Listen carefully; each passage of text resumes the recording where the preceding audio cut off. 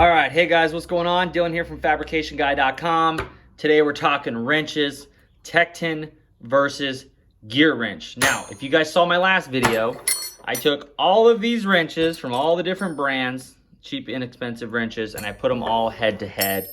And today, with those results, I'm going to compare Tecton versus GearWrench.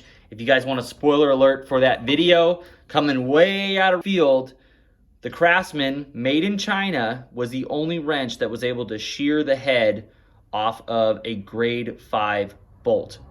This was the only one, okay? And you guys can watch the video. It's on my channel. I'll link it in the video description as well, so you guys can check that out. But that's just from that video. But people want to know about the GearWrench versus the Tecton, so I'm going to talk to you guys about my experience between these two wrenches. I will have both of these wrench sets for these linked in the video description if you want to check those out. All right, so GearWrench versus Tecton. The first thing I want to say is that in the performance test, the GearWrench definitely had the upper hand. And there's a couple reasons for that, and I will play that footage for you here in a second, showing you guys the performance of both of these.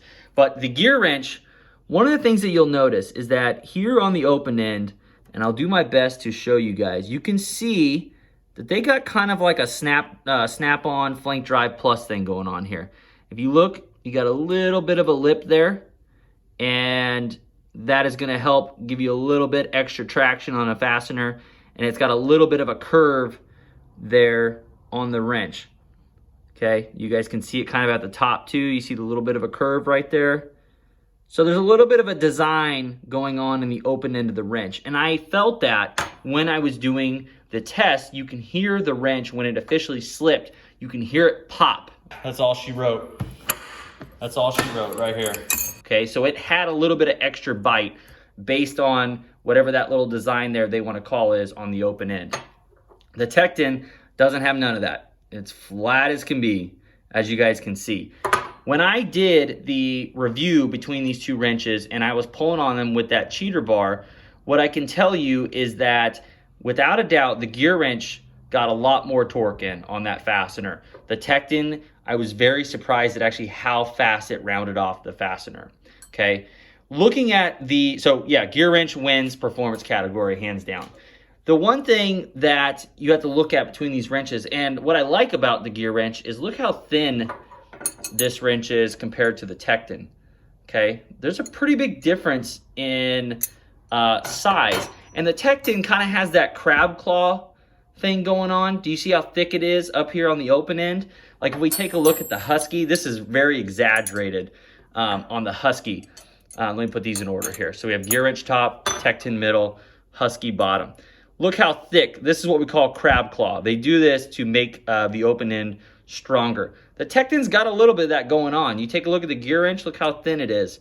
Okay, so smaller profile is always better. And without a doubt, like I said, the GearWrench tend to put more torque on that fastener. So you got a smaller, thinner wrench that had better performance. Now, that being said, you know, do I think, lastly, I wanted to address the length difference. This is a long version of the GearWrench. I could not find a standard size. I don't even know if they make it. I couldn't find a model number for it. But in my test, it didn't matter because I was choking the cheater bar all the way up to the top anyway, so the length of the wrench didn't matter. So everyone is claiming, you know, that Tecton and GearWrench are kind of the new USA Craftsman. And when I did my review, I think I kind of, in my opinion, at least based off my results of my review, which, you know, that test does not tell you everything about a wrench. But I feel like I got a pretty good grasp on what these wrenches were like to use in that review, in that test.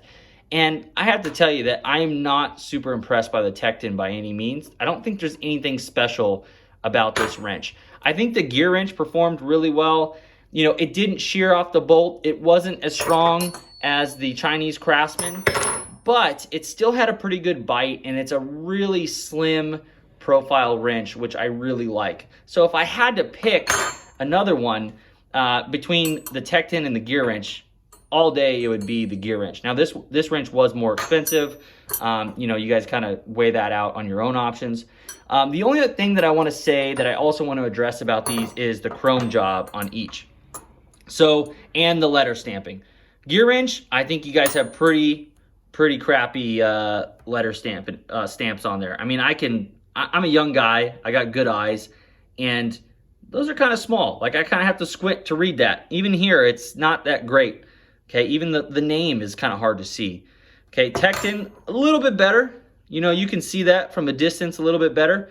No marking here on the top, just on the wrench itself. So that's kind of a downside.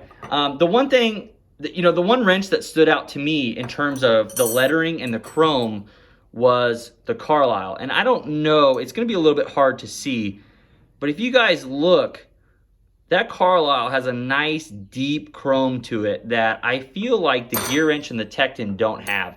I would say these two are pretty much on par with how they look with one another. That Carlisle, just at every angle that I looked at, I just went, man, that's a good looking wrench, you know. And it didn't perform, you know, as I hoped it would. But this is, I think, the best chrome job on all these wrenches. So, you know, I wish the chrome was a little bit better, but that's just kind of a comparison to show you guys. But looks-wise, they're both about the same. They're kind of a shallow chrome. I did put the cheater bar, you know, up here, and it was rough. It was just an old rusty pipe. You can see there's some scratches and stuff. You know, both of these.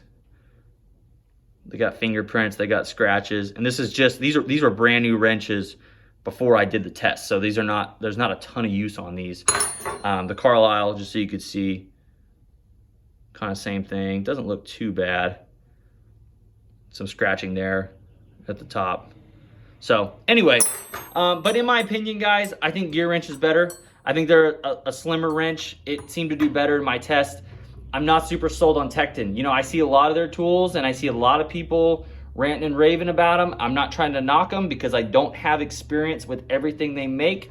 I can only tell you my experience in this specific application that I have data to back up with. And you guys can see that in my video if you want to watch it. But I think the GearWrench is the better pick between the two. But I'm always open to your all's feedback. Post in the comments below. If you guys have a lot of extended use with these wrenches, let me know. I'd love to hear any opinions you guys have on it, any data that you guys have, and I hope this video was helpful. Like I said, I'll have links in the video description for both of these. I hope you guys have a good day, and we'll see you guys in the next video. Feel free to subscribe if you guys want to check out more tool reviews on my channel. Have a good one.